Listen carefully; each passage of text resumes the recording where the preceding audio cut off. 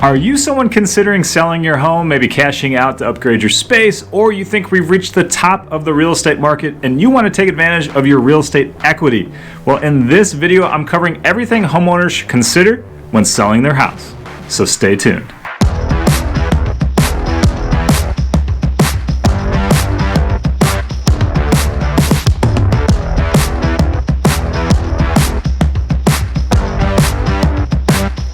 What is happening, everybody? This is Austin Weiss. If you're checking out my videos for the very first time, I do a ton of videos all about what it's like to work, eat, live, and play right here in the Chicago metro. And I have so many people reaching out to me about their move, whether it's to buy, sell, or invest in real estate, and they're moving their equity from one building to another. And I absolutely love chatting with people about helping them in any way possible to accomplish their real estate needs. So if you need help in any way, either leave me a comment down below, or you can reach me by phone, text, email, days, nights, weekends, and I would absolutely love to have a conversation with you and help you in any way possible. So I have homeowners reach out to me each and every week asking if they should sell their house now or wait until the spring, summer, or some future date. And my very first question in response to that is, where are you moving to?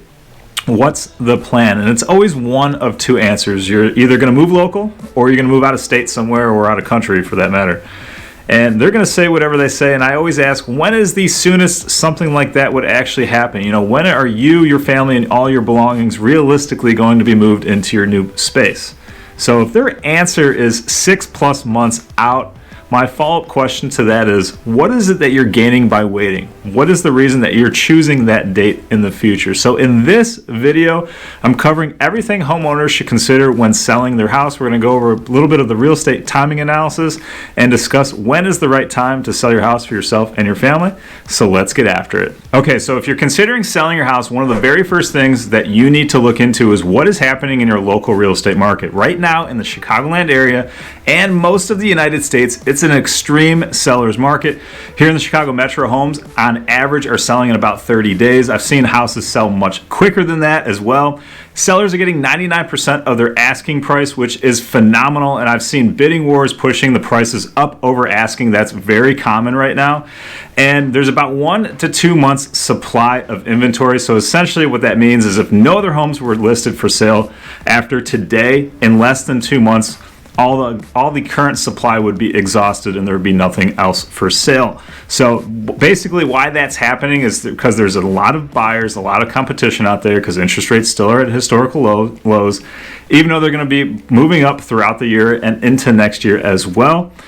And it's crazy for people looking to sell their house and buy one at the same time. So if that's your scenario, a couple weeks ago, I did a video about how to buy and sell at the same time, so I'd highly encourage you to watch that as well, which you can click the link right there.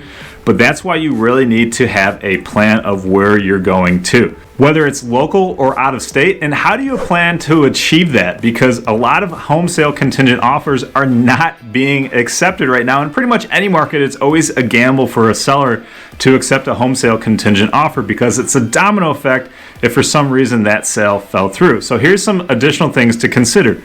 Are you downsizing? Because lower priced homes have a lot of competition right now. So if you're selling a larger home, it's most likely going to be more money than the one you're downsizing to. So can you purchase in cash because you'll be a stronger buyer in a multiple offer situation? What type of home are you looking for? Do you know if you want a single story house, a 2-story house, a specific area with land, or whatever it is to your criteria? Write it down and go over that with your real estate agent. Are you going to be realizing any capital gains tax on the sale of your home? So for an individual, anything under $250,000 you do not have to pay capital gains tax on, and anything under $500,000 for a married couple, you will not realize any capital gains tax. So talk to your CPA or your agent about that as well. And then if you're buying something bigger or something in a more desirable area, can you afford the new property tax? And what's going on with the HOA? So make sure that it fits your monthly budget. Which takes us right into my real estate timing analysis, which I share with every client that I work with to determine whether or not it's a good time for them to sell their house or not. This is an exclusive tool that I use that basically is a bird's eye view that determines all the factors that go into the timing of the sale of your house, which keeps you from losing tens of thousands of dollars. So essentially, people have to wait for whatever reason, whether it's school, a job, they have to declutter their house. Everybody always has to wait. They're not ready to put their house on the market next day after talking to a real estate agent. So let's say you have to wait 6 months because that's what you've decided in your head is the best thing for yourself and your family. So that's 180 days, and then you add in the average days on market it takes to market a house, get real buyers with real pre-approvals into your house to put the house under contract. Let's say it's 60 days.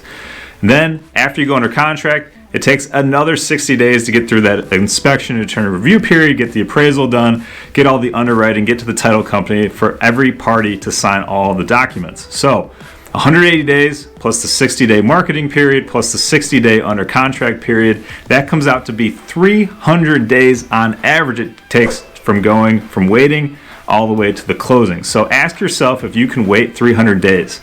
Better question is, if you knew for certain that by waiting 300 days to get your money out of your house and sell it, that you'd actually be losing and costing yourself tens of thousands of dollars, would you have to wait? Or could you do something sooner or something differently? So that's the main thing that we're trying to figure out. And I know predicting the market is virtually impossible, but we do know a few things with your house today.